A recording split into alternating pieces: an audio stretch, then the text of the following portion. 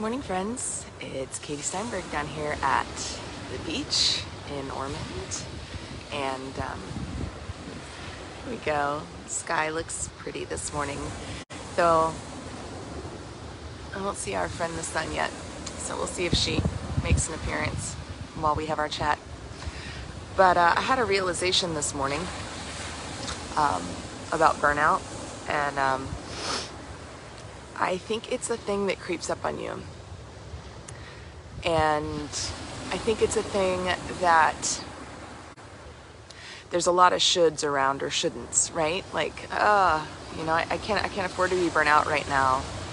I can't afford to, I shouldn't feel tired. I have everything I need. We shame ourselves sometimes about burnout. It just becomes too easy to create a list of reasons we shouldn't feel burned out. But I thought also there's a pretty compelling list of reasons that it would be just fine. I'll share some of mine. There's been a couple hurricanes recently, on the heels of a long running pandemic. For me also, my career is challenging sometimes. The church where I work has had a lot of significant damages and things, and is sort of not struggling, but going through the work of figuring out what the future looks like. And that's hard work when resources seem slim and damages seem high, and people in general feel pretty disenchanted with church. Raising a couple kids, whatever parts or all of this or your own story you have, tired sneaks up on you. And I'm gonna tell you, I think I figured out how to know when you're feeling burned out. If there's parts of what you do with your time and your life that are generally life-giving, that you use your creative resources, that you feel great joy around, and then you don't so much, they start to feel like work. Like, when you have that feeling, I don't wanna. It might be time to take some time. And there will be a voice in your head that tells you, I know there is in mine, that you can't now, and there's these other things, and it's all too busy, and oh my gosh, the year just started and I'm already burned out. How dare you? Well, we're gonna set all those aside for a little bit and trade them out for a voice of grace. And for me, that's what my spiritual study teaches. That's what the life of Jesus, that's what the kingdom of heaven, that's what the unconditional love of God teaches. Is that when we're tired, we rest. And let's do it before we freak out, right? Before it all, before we burn it all down.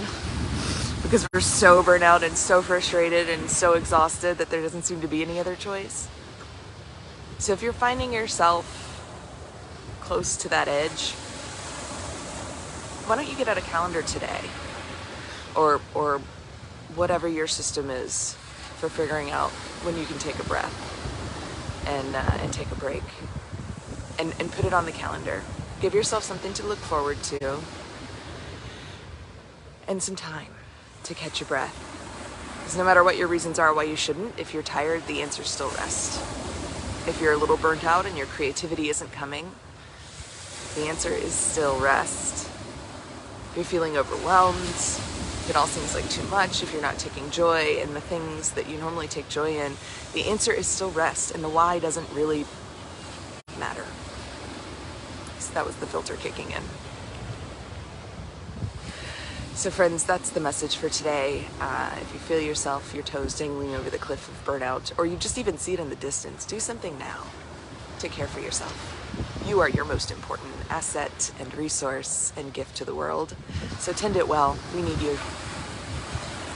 And I'm going to do the same. So I don't know what that looks like yet, but I'm going to take some breath and some break too. And I'll let you guys know what that looks like. And we can be accountability partners for taking care of ourselves, because we weren't just created to work and to effort and to give everything we have and then feel empty. That's not what it's supposed to be about. Do something good for you today and make a plan for the break and the rest that you need. I'm sure Jesus would be on board with it. Grace and peace, friends.